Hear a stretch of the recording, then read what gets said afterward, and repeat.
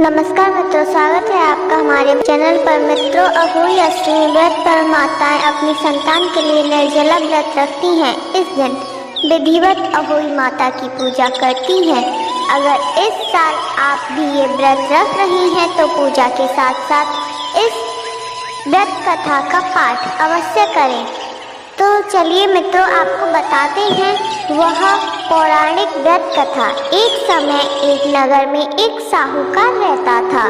उसके 7 बेटे बहुएं और एक बेटी थी। दीपावली से कुछ दिन पहले उसकी बेटी अपनी भाभियों के संग घर की लिपाई के लिए जंगल में साफ मिट्टी लेने गई। जंगल में मिट्टी निकालते वक्त खुरपी से एक स्याहू का बच्चा मर गया।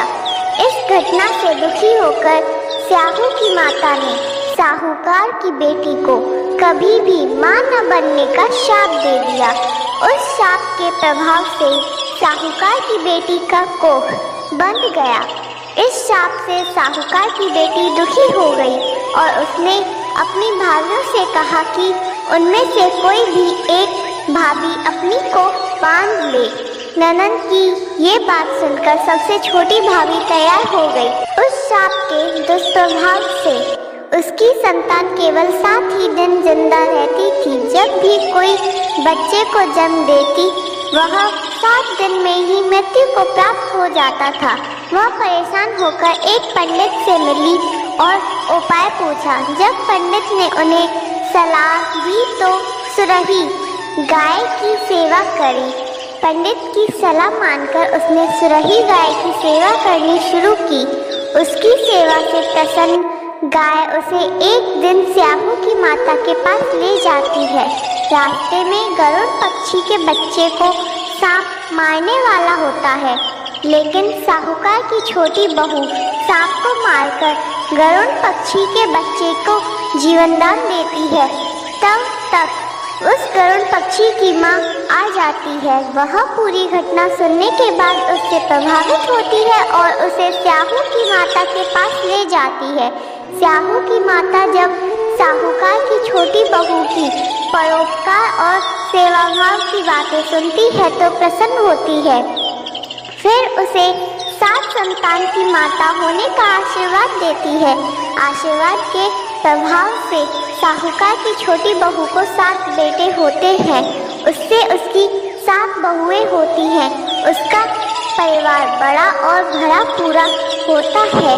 वह सुखी जीवन व्यतीत करती है।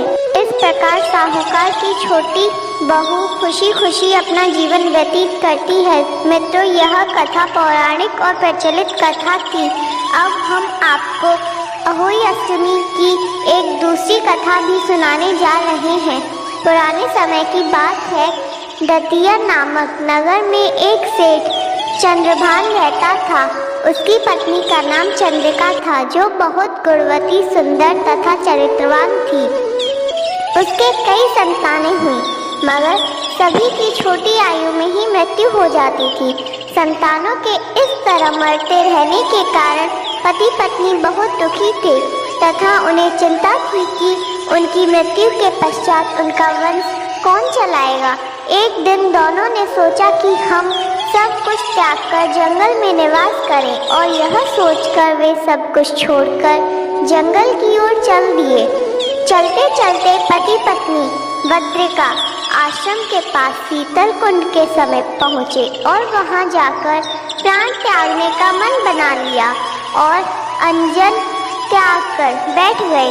इसी तरह बैठे कई दिन बीत गए तो 7वें दिन आकाशवाणी हुई कि तुम अपने प्राण मत त्यागो। यह दुख तुम्हें पिछले जन्म के पापों के कर्मों के कारण मिल रहा है। ऐ सेठ, अब तू अपनी पत्नी से आने वाले कार्तिक मास के पक्ष की 8वीं तिथि को व्रत करवाना, जिसके प्रभाव से अहोई देवी प्रकट होंगी। तुम उनसे अपने पुत्रों की दीर्घायु मांगना। व्रत के दिन तुम राधा कुंड में स्नान करना। कार्तिक मास की कृष्ण पक्ष की 8वीं तिथि पर चंद्रिका ने बड़ी श्रद्धा से अहोई देवी का व्रत रखा और रात को सेठ ने राधा कुंड में स्नान किया।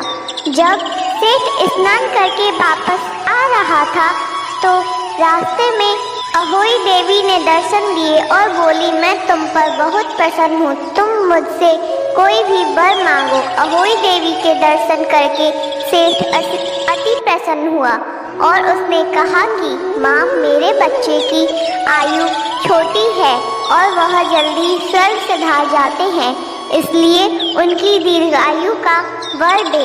अहोई देवी ने कहा कि ऐसा ही होगा और अंतर्ध्यान हो गई।